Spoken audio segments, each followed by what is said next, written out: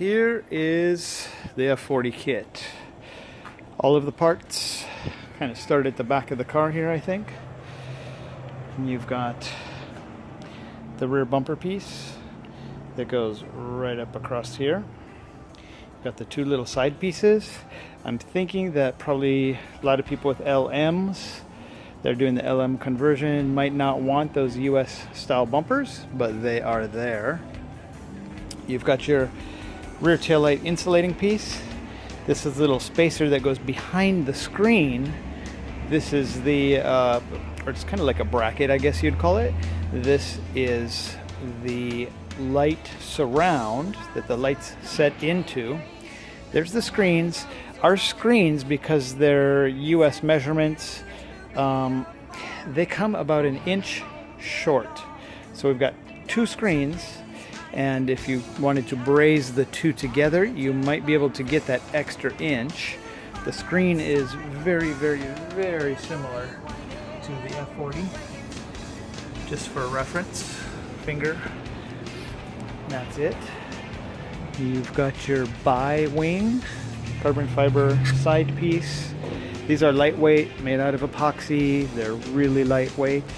So once this is removed, take the screws out. This doesn't weigh much at all. Let's go back here. You've got your piece of Lexan for your rear window. Just bends in there. These pieces right here go inside there by the roll bar, and they finish off the inside where the little engine support piece goes. There's two of those. You've got your hinges right here. This is cut out exactly like factory. There's not a hole drilled through here. There should be a hole drilled right through there, but we didn't want to drill it, as you might have to customize it for your car. And you'll also drill the hole up inside of there. So there is, let's see if we can get it up in there. There is a little pocket right up there to drill a hole, and then this will act as a hinge. You can see down inside of there we've got a little recessed area. There's a metal bar running all the way down here. It's epoxied into place, just like what Ferrari did. This right here would get welded to the metal bar that's inside of there. Then you've got your hinge mechanism. So pretty simple. Here's your gas lid doors. We used some of the material that we have. So when you flip it open, looks factory. Door handles. You're going to have to drill your holes and kind of line everything up, and it's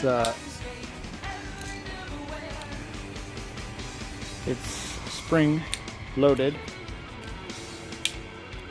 On the LMs, this would get covered up. There's no key on there. I don't know if you want to, or no lock. That is a cabinet lock, like a cabinet file drawer lock that Ferrari used. We haven't been able to source that yet. The depth for the cabinet lock that we've been looking at, we can't find the right depth. But you can see that little slot right there is what will hold the door shut. So when you turn your key, the little thing spins and it locks the door, and there's would be a little hole cut right in there, and your doors would lock. LMs would not get that. Here's your door entry piece. It's spun around so it can stand up. This is how it would go into the car. You lean it up against there. So that's your door entry piece that you jump over to get inside of the car. Got your doors. Everything is just held together right now, just kind of balancing everything together. There's the optional door panels. Those are screwed into place. You can see little screws. You could cover those with suede, something like that, Alcantara. It's a two-piece panel. There's an inner pocket that we'll probably glue that in place before we ship it off. Now we've got LM style mirrors. So there's your mirror. We've got the pivot mechanism. That's going to go inside of there probably tomorrow, but here's another LM mirror. You can see how it pivots. We fill up the area a little bit better than they do on the real LMs. Usually those mirrors are really small inside of there and you can't see much. Our mirror is also convex, so it's not a flat piece of mirror. And then these are the brackets that will extend it off of the car. So we leave, well, I'm not filming that. We leave these separate so that you can line these up, epoxy them in place with like a 5-minute epoxy, and get them to go exactly where you want them to go. So it would be something like that. And that goes onto your window right there. We've got the other one right over there. Going into the car, little kick panel that goes up by your foot. That actually would go up underneath, next to your gas pedal. You've got the hood for your gauges. You've got a fuse box cover. Let's zip around over here. Fuse box cover, all factory copy pieces. Inside of here is a little recessed piece to tilt your gauges, so that's a separate piece. We don't bond that in place. We'll leave that up to you. Right now it's held in place with zip ties, but that tilts the gauges a little bit. And let's see, there's your other door handle. Here's your other, all those holes are drilled just like they would on the factory piece. Hinges for the gas door lids. 355. Try to get your 355 hinges. This is a duct that ducts into the engine bay, and it joins on to your duct up inside of your quarter panel. So if you can see that duct there, this piece would join onto that, and you can put intercoolers, any kind of ventilation that you want to put in there. However you're going to work your engine.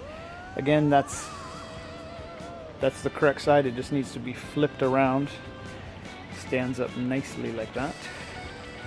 Here's your little crest that fits in there. Little recessed area for it. Another mirror. I give the LMs have 2 legs.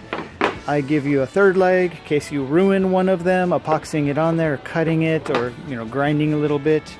I can't imagine somebody would ruin one, but there's an extra one just in case you need it. Here's the door cover. If that looks familiar, that when the bonnet is flipped forward, that seals off your door and you get a nice little gap, kind of like what I'm showing you right now. Ducting for your brake ducting, that is going to join onto here to cool your brakes. It's actually going the wrong way. It's probably the wrong side here, but that's going to join on. When the bonnet gets closed, that cools off your brakes, mounts onto your A-arm. Right there, that little snorkel piece is a piece that bonds to the bottom of your dash. We want to leave that off of there. If we bond that onto our dash, which this is the piece that it will bond to, and it'll give you the fresh air coming out of the holes. If we bond that on there, it's on there forever.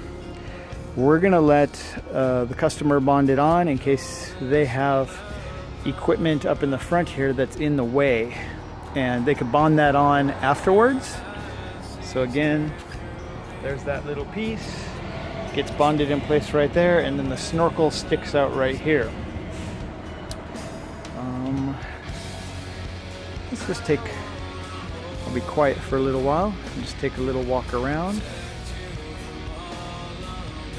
Radiator duct, so that mounts up into the front area here, directs air to your radiator.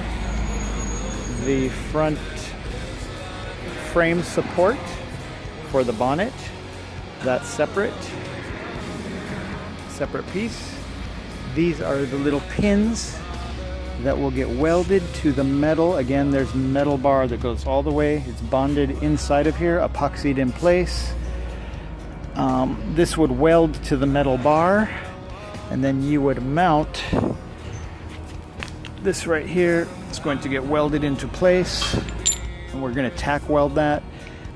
There is a metal tube that we're going to weld on there. I think we might also just supply that loose. That way you can adjust. If we weld that tube into place, you are stuck with where your front bonnet is going to mount. So that tube would mount there. This is a piece of, I believe this is Delron. It's machinable. You can drill it. It's unbreakable. This pin just pulls out. So if you ever want to take your bonnet off of the car, you can imagine how that would work. It allows the whole front end to pivot. So there's two of those little guys. And again, there's the lower part of the dash that this dash goes on top of.